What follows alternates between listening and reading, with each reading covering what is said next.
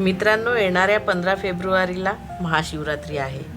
आपण उपवास करतो, रात्री जागरण करतो. विविध ठिकाणी विविध प्रकारचे कार्यक्रम आयोजित केले जातात. मंदिरात भव्य दिव्य सजावट केली जाते.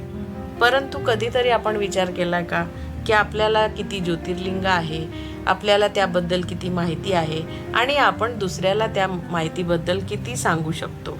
मी तोच प्रयत्न करत आहे. अगदी साध्या भाषेत करत आहे आणि शॉर्टमध्ये करत आहे, म्हणजे तुम्हाला तुमच्या वेळेत ऐकायला बरं वाटेल. म्हणून व्हिडिओ शेवटपर्यंत बघा. आणि 12ही ज्योतिर्लिंगांची माहिती एवढीच आहे, 1 मिनिटापेक्षा जास्त नाही. म्हणून मित्रांनो, चला पुढचा लिंग बघूया. औढा नागनाथ. ओढा नागनाथ, नागेश म्हणजेच नागनाथ हे 8वे ज्योतिर्लिंग मराठवाड्यातील परभणी जिल्ह्यातील औंढा गावाजवळ आहे.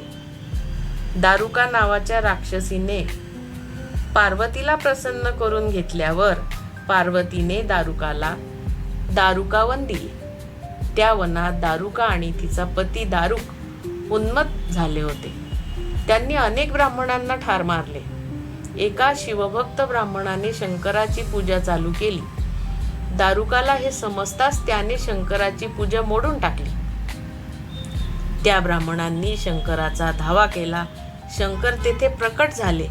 त्यांनी दारुकाला ठार मारले. आता चिंता करू नका, मी येथेच नागेश ज्योतिर्लिंगाच्या रूपाने कायमचा राहीन, असे बोलून शंकर गुप्त झाले. तेथे एक शिवलिंग प्रकट झाले.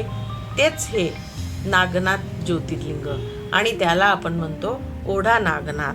धन्यवाद.